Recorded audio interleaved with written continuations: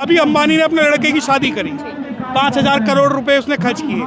किसी चमार, किसी महार, किसी मीना ने किए क्या? कोई चमार, कोई महार, कोई मीना 1.5-2 लाख करोड़ रुपए लेके भारत से भागा? किसी चमार के पास कोई यहाँ पर रोल्स रॉयस में आया है क्या? कोई चमार के पास पान जुमेरा में अपनी कोठी है?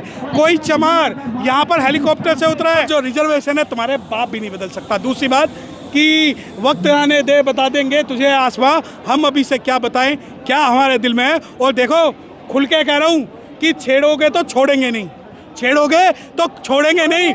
और नमस्कार, आप देख रहे हैं द जनता लाइव। हमारे साथ खास बातचीत में है एडवोकेट सत्यप्रकाश सर, बहुत बहुत स्वागत है आपका। Thank you. आज 9 अगस्त को यहाँ जंतर मंतर में मैं मौजूद हूँ और आप लोगों की भीड़ दिखाई पड़ रही है, काफ़ी ज़्यादा संख्या में यहाँ भीड़ है। मैं ये जानना चाहती हूँ कि जो भीमराव अंबेडकर बाबा साहब की मूर्ति थी उसको पुनर्स्थापित करने की बात की जा रही है, इस बारे में आपका क्या कहना है? देखिए, मैं अगर यहाँ पर आया हूँ तो किसी बाबा साहब डॉक्टर भीमराव अंबेडकर साहब की स्टैचू को पुनर्स्थापित करने के लिए नहीं आया, बल्कि जो सुप्रीम कोर्ट ने सब classification with in the schedule caste list है उसके प्रोटेस्ट के लिए यहाँ आया हूँ। अगर मेरे पास दो ऑप्शन हो कि मुझे मूर्ति पहले लगानी है, संविधान पहले बचाना है, तो जाहिर बात है कि मैं संविधान बचाने की बात करूँगा और जो सब क्लासिफिकेशन हुआ है उसके विरोध में मैं बात करूँगा। तो जब आप ये कहते हैं कि यहाँ सभी लोग आए हैं तो सभी लोगों का एक मुद्दा नहीं है। मेरा मुद्दा ये है कि जब आप रिजर्वेशन को आप ख़त्म कर रहे हैं प्रत्यक्ष या अप्रत्यक्ष रूप से, क्या सुप्रीम कोर्ट के पास में ये पावर है? क्या सुप्रीम कोर्ट संविधान के बेसिक स्ट्रक्चर को चेंज कर सकता है? क्या सुप्रीम कोर्ट के 7 जजेस कॉन्स्टिट्यूट असेंबली और संविधान से बड़े हैं? क्या supreme court is a law making agency?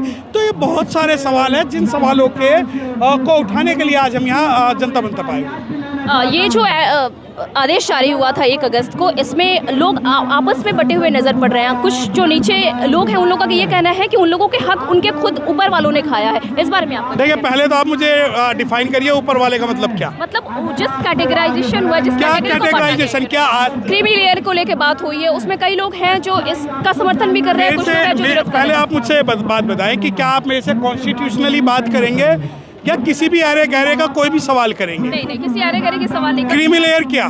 Creamy layer क्या? अभी अंबानी ने अपने लड़के की शादी करी, 5,000 करोड़ रुपए उसने खर्च किए। किसी चमार, किसी महार, किसी मीना ने किए क्या? कोई चमार, कोई महार, कोई मीना 1.5-2 लाख करोड़ रुपए लेके भारत से भागा? किसी चमार के पास कोई यहाँ पर रोल्स रॉयस में आया है क्या? कोई चमार के पास पान जुमेरा में अपनी कोठी है? कोई चमार यहाँ पर हेलीकॉप्टर से उतरा है? मैं आपसे पूछना चाहता हूँ कि आपके इतने सारे बहुजन पत्रकार यहाँ पर हैं, कोई एक बहुजन पत्रकार के पास वैनिटी वैन है? क्यों नहीं है? अब मैं ये कहूँ कि आप जो पत्रकार हैं, जो जनता लाइव है, वो आने वाले पत्रकारों का हक खा रहे हैं, तो क्या कहेंगे आप? दूसरी बात, खत्म कर देना ना मेरा, मुझे बनाओ क्रीमी लेयर।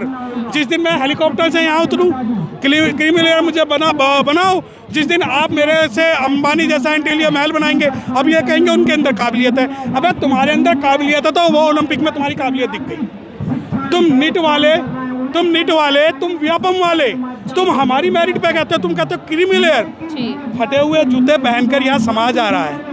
कितने लुइस विटॉन के बैग हैं हमारे समाज के पास, कितने 5 स्टार होटल में रह रहे हैं। क्रीमी लेयर का मतलब क्या? क्रीमी लेयर का मतलब ये कि जो हम 400-500 रुपए की कमीज पहन रहे हैं, यहाँ आपको क्रीमी लेयर नजर आ रहा है क्या? जो हमारा 50 गज का जो मकान है वो आपको क्रीमी लेयर नजर आ रहा है? वो क्रीमी लेयर नजर आ रहा है जो आदमी अपना जीवन भर कमाई करके 10 लाख अपनी लड़कियों की शादी में कर देता है। क्रीमी लेयर किसका? 1 घंटे पहले एक चीज और, इंटरव्यू बोर्ड के अंदर, यूपीएससी इंटरव्यू बोर्ड में कितने चमार, कितने महार, कितने मीना, कितने चेयरमैन हैं, कितने आज तक सुप्रीम कोर्ट में जज बने हुए बैठे? क्रीमी लेयर किस चीज़ से मापते हो? कि हमारे बाप दादाओं ने मेहनत करी और सूखी रोटी खा के हमें रोटी खाने लाए, इसको आप क्रीमी लेयर मानते हो? क्या कोई भी ऐरा गहरा कुकुर मुत्ता आके कहेगा क्रीमी लेयर? जो सुप्रीम कोर्ट के जज जो क्रीमी लेयर को आज तक डिफाइन नहीं कर पाए, उनके पास कौन सा डाटा है क्रीमी लेयर को डिफाइन करने? उनके पास वाकई कोई डाटा नहीं है। और 1 घंटे पहले हमारे प्रधानमंत्री ने ये कह दिया कि क्रीमी लेयर लागू नहीं होगा। क्या उनकी क्या मानसिकता? देखिए, प्रधानमंत्री, अरे मेरी बात सुनिए, जब ये बोलते हैं ना, मुझे शक हो जाता है कि कुछ ना कुछ इसमें शंका है। जैसे ही अरविंद केजरीवाल बाबा साहब की फ़ोटो लगाएगा तो मैं सोच लूँगा कि वो स्पेशल कंपोनेंट प्लान खा जाएगा, बच्चों की साइंस की, कॉमर्स की, एजुकेशन की जो है छीन लेगा, शेड्यूल कास्ट के मंत्रियों को फंसा देगा। उसके बाद DY चंद्रचूड़ आएंगे, वो जो बाबा साहब की मूर्ति लगाएंगे तो वो संविधान को खा जाएंगे। उसके बाद जो इंडिया गठबंधन आएंगे वो बाबा साहब और संविधान की फ़ोटो लेके चलेंगे, लेकिन वो है रिजर्वेशन ख़त्म करवा देंगे। अब आ जाओ क्रीमी लेयर। ओ भैया प्रधानमंत्री जी, आप डिफाइन कर दो कि क्रीमी लेयर क्या है। जिस प्रकार की आप वो 56,000 रुपये किलो की मशरूम खाते हैं वो सारे इन चूड़े चमारों को खिला दो, लगा दो क्रीमी लेयर।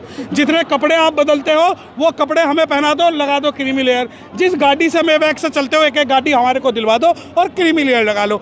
किसी के बाप की भीख नहीं है रिजर्वेशन।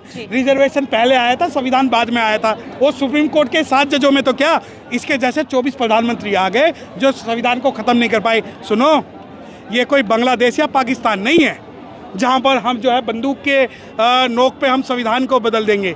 बाबा साहब को मानने वाले बच्चे आज भी जिंदा हैं, चूड़ियाँ नहीं पहनी हुई हमने। तो जो अगर प्रधानमंत्री अगर आज कुछ कह रहे हैं तो आप ये समझिए कि क्रीमी लेयर तो लागू नहीं करेंगे, बस सब क्लासिफिकेशन लागू कर देंगे।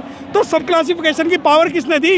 अच्छा मुझे एक बात बताएं, तो आप ये कहना चाहते हैं कि सुप्रीम कोर्ट में चारित्रिक दोष है? नहीं, ये मैं नहीं कहता, ये अंग्रेज भी कहते थे। Their judicial character is not right. Their judicial character is bias. अब मुझे एक बात बताएं, एक हाई कोर्ट के जज कहते हैं जो मोरनी है वो मोर के आंसू से गर्भवती होती है। एक जो हाई कोर्ट जज मध्य प्रदेश से रिटायर होते हैं वो बीजेपी में शामिल हो जाते हैं। भारत के चीफ जस्टिस ऑफ इंडिया एक शेड्यूल कास्ट की महिला को छोड़ते हैं, राज्यसभा चले जाते हैं। और सुप्रीम कोर्ट के 3 जज SC/ST एक्ट को डाइल्यूट करते हैं जो बाद में वापस लिया जाता है। चारित्रिक दोष नहीं, हिस्टोरिकल दोष भी है। हिस्टोरिकल दोष किया कि माननीय चंद्रचूड़ साहब जिस पेशवाई खानदान से आते हैं उस पेशवाई खानदान को ये देखने की आदत है कि हम आगे हंडिया और पीछे झाड़ू लगा के चले। लेकिन दिक्कत ये हुई कि बाबा साहब ने संविधान दे दिया और बाबा साहब के बच्चे कोट पहन के और माइक लेके उनसे खिलाफत करने लगी। तो जब ये बात है कि चारित्रिक दोष, नहीं, supreme court is not supreme in India. मैं खुल के करूंगा तेरे जुल्म की मुखाफलत। What is the supreme in India? Apart from only we the people of India supreme in India. Constitution is supreme in India. Parliament is supreme in India. 7 judges of the Supreme Court cannot hijack power of the Constitution. Our preamble is supreme in India. We means SC/ST, OBC, minorities, general, women's, and everybody. We does not mean only the Brahman. It's not like the Brahman for the Brahman to the Brahmans. It does not mean that by the Chandrachud, by the Gawai or by the Mittal. No, this state the India will run as per the Constitution of India. और मैं बता दूं, Supreme Court is not supreme in India. It is not a law making agency at all. Supreme Court may only interpret when there is a ambiguity between any laws. और जो reservation है तुम्हारे बाप भी नहीं बदल सकता। दूसरी बात कि वक्त आने दे बता देंगे तुझे आसमां, हम अभी से क्या बताएं क्या हमारे दिल में है। और देखो खुल के कह रहा हूँ कि छेड़ोगे तो छोड़ेंगे नहीं, छेड़ोगे तो छोड़ेंगे नहीं। और सुप्रीम कोर्ट में और इस सरकार में इतनी ताकत थी ना, तो इस लोकसभा इलेक्शन से पहले आप इस निर्णय को लाके दिखाते, तुम्हें बता देते कि तुम्हारी औकात क्या है और बहुजन समाज की औकात क्या है। बहुत बहुत शुक्रिया इस अहम मुद्दे पर जुड़ने के लिए सर। Thank you. जय भीम।